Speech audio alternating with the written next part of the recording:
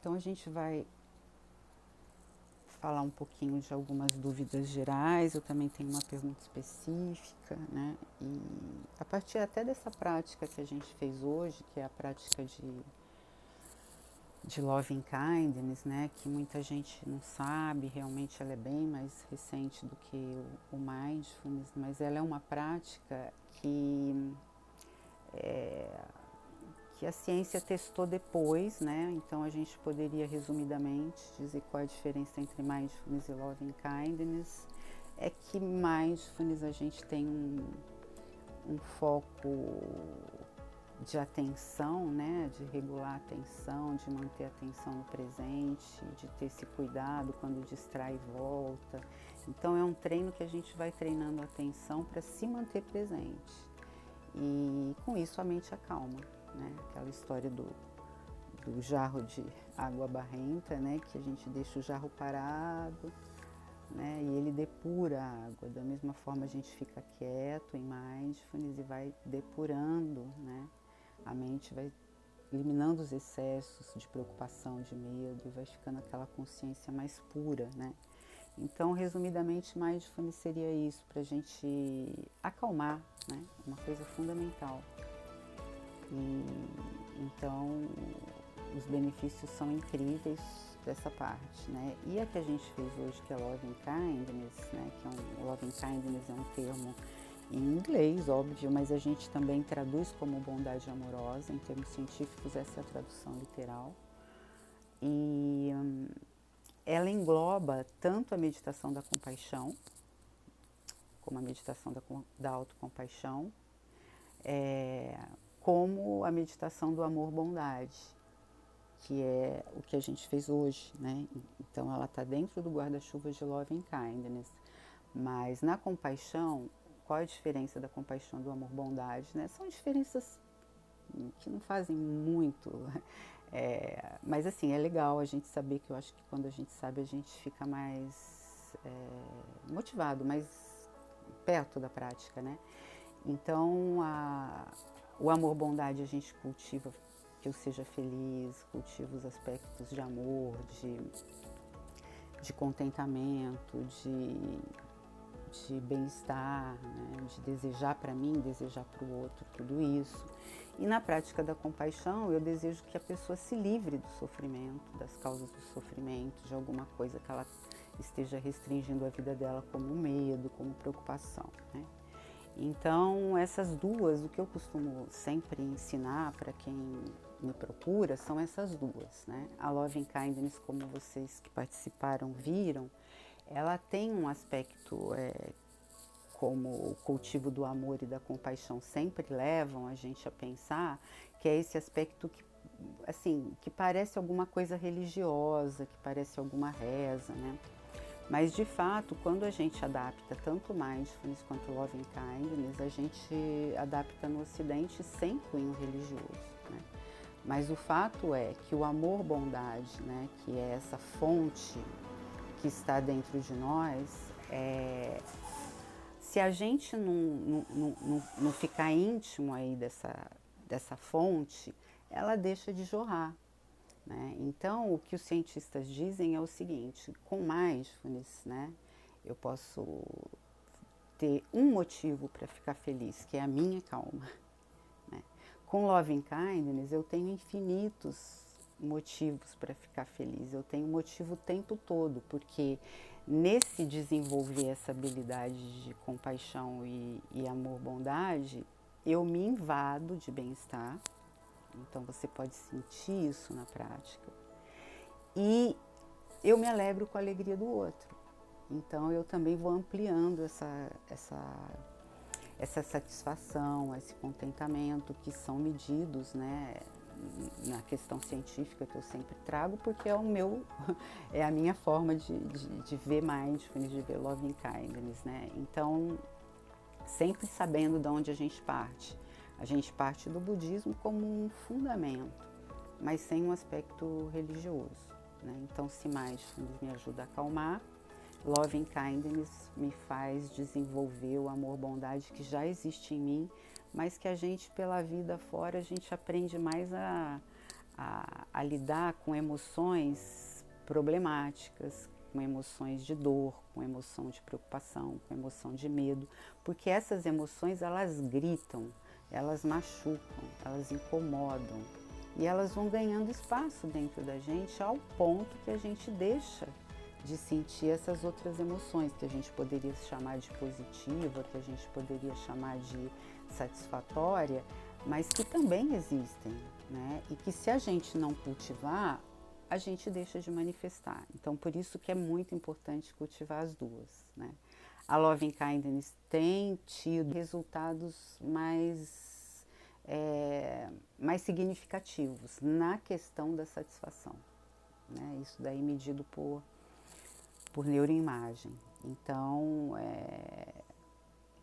a invasão de contentamento que brota e que permanece na vida a partir dessa prática é uma coisa impressionante, né? Então, mesmo que a gente tenha essa impressão que ela pode parecer uma reza, né?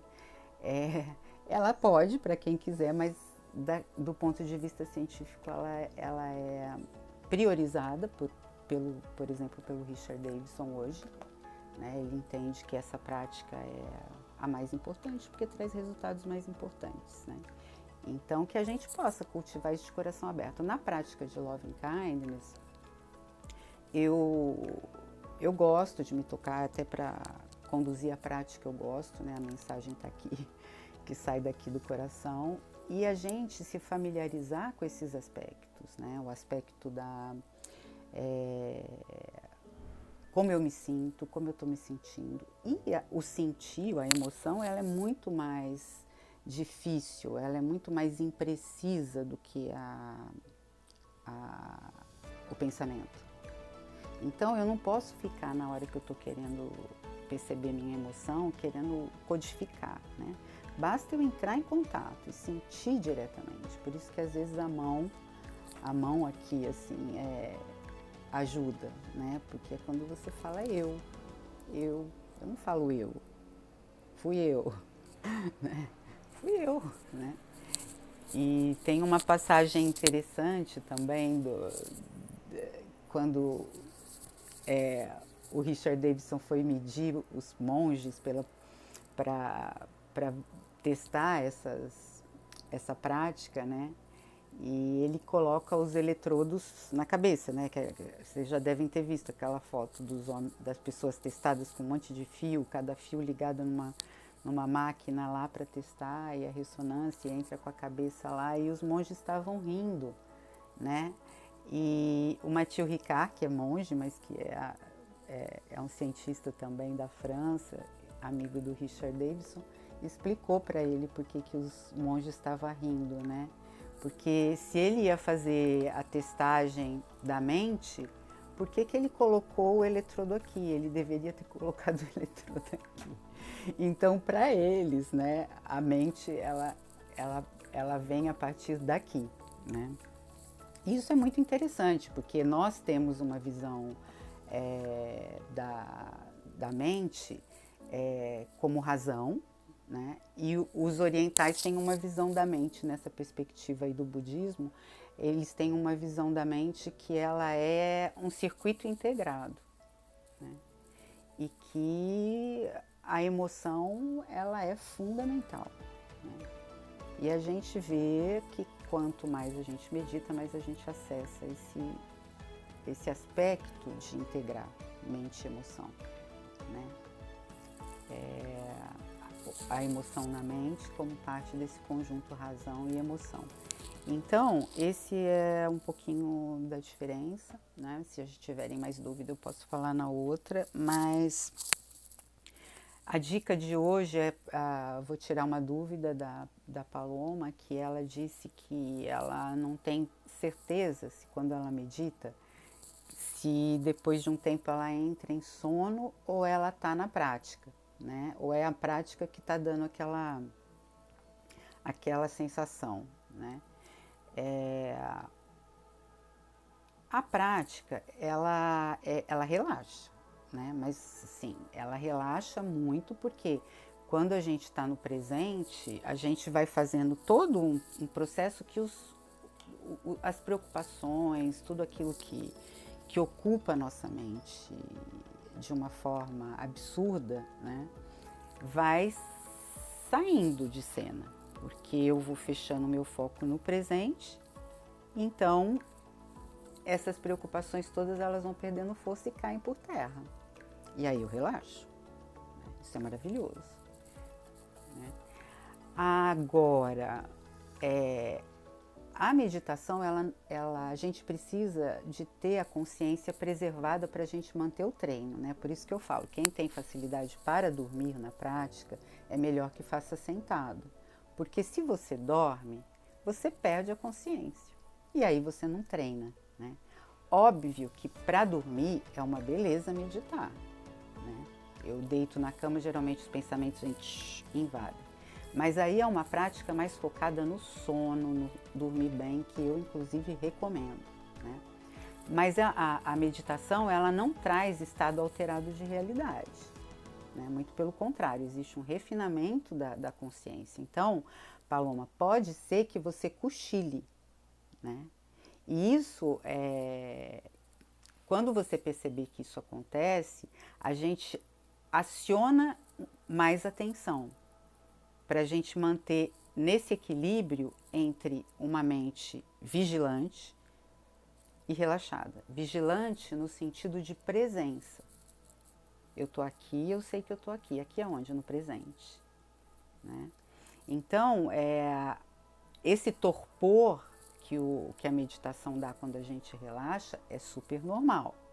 Mas para a gente renovar o treino, a gente inspira buscando a atenção e para você não se soltar totalmente, porque aí você dorme e aí o treino se dá. Se você pode dormir e pode meditar depois, não tem nada demais, né? Mas provavelmente você relaxou muito e deu um cochilo. Se alguém tiver dúvidas sobre isso que a gente falou aqui, podem me deixar que eu tiro na próxima, né? E que vocês tenham um super ótimo final de semana, que tudo corra bem e namastê.